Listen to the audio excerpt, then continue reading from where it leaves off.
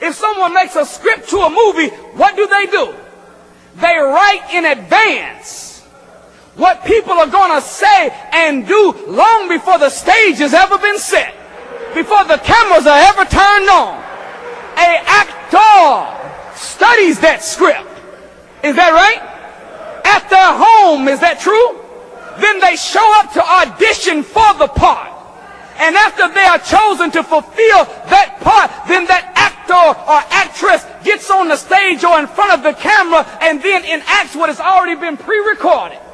Well, if the Bible and Holy Quran are scriptures, this is not a script for a play or a movie.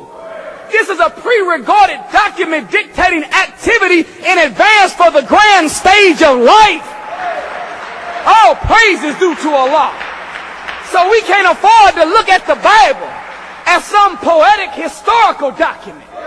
No, the Bible and Holy Quran is a book for today.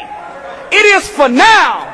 We are living and walking right up out the book, and if we don't understand that, we're going to miss out on our divine guidance.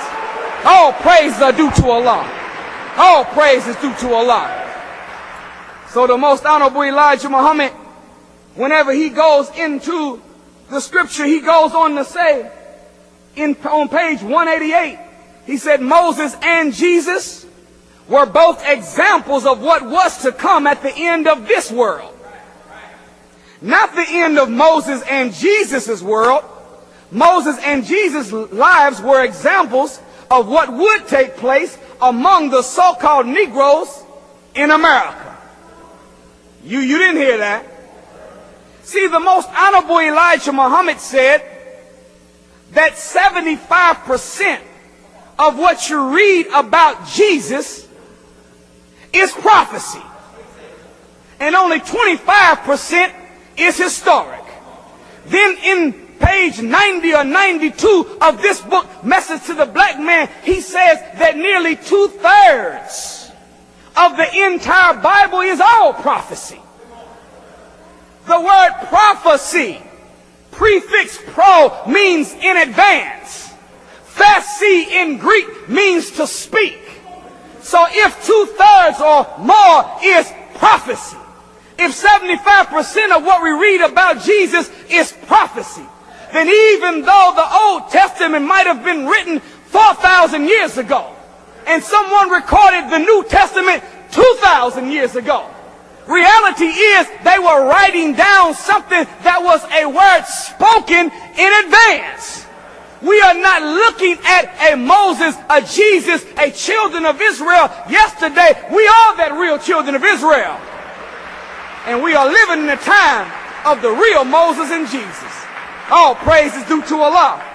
The most honorable Elijah Muhammad goes on to say that lost and found people mentioned so much by Jesus in Revelations, where it is shown that the messenger becomes a lamb.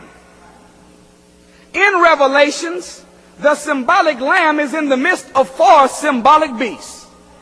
All of the scholars and scientists of the white race know this is not referring to Muhammad of 1400 years ago. The anger of the beast refers to a dragon against the messenger, who is referred to as a lamb or as a woman pregnant with a child.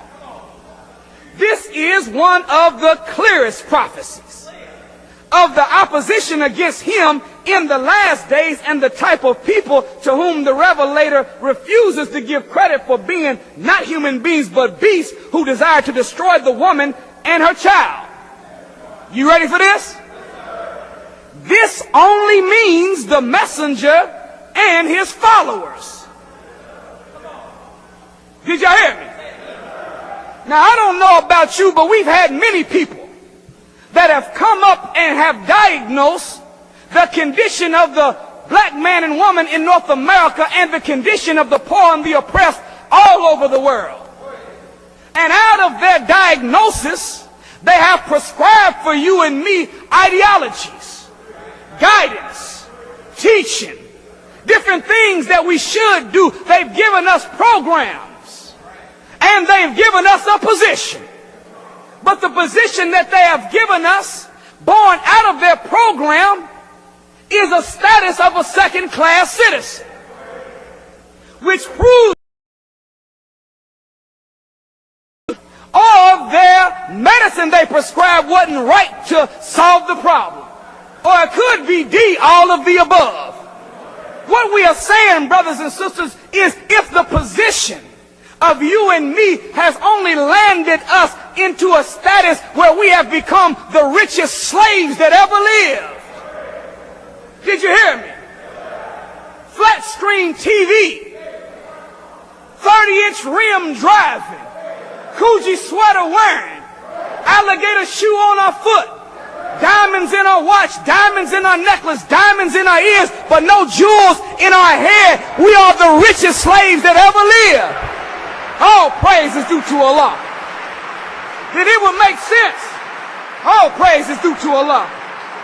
It would make sense that maybe we need to find a new program that will give us a new position. And I present to you humbly that that program and position comes out of the mind of the most honorable Elijah Muhammad and is exemplified on the proper and best way to follow that program by a man walking among us today, the Honorable Minister Louis Farrakhan. Take it or let it alone. All praise is due to Allah. So when the most honorable Elijah Muhammad says that in Revelations, the symbolic lamb represents only the messenger and his followers of Islam, I submit that he knows what he's talking about. Why? Because the meaning of communication is the response that it elicits. If someone tells us that this will produce a certain result and we try it out and it doesn't produce that result, then it makes sense for us to abandon that advice.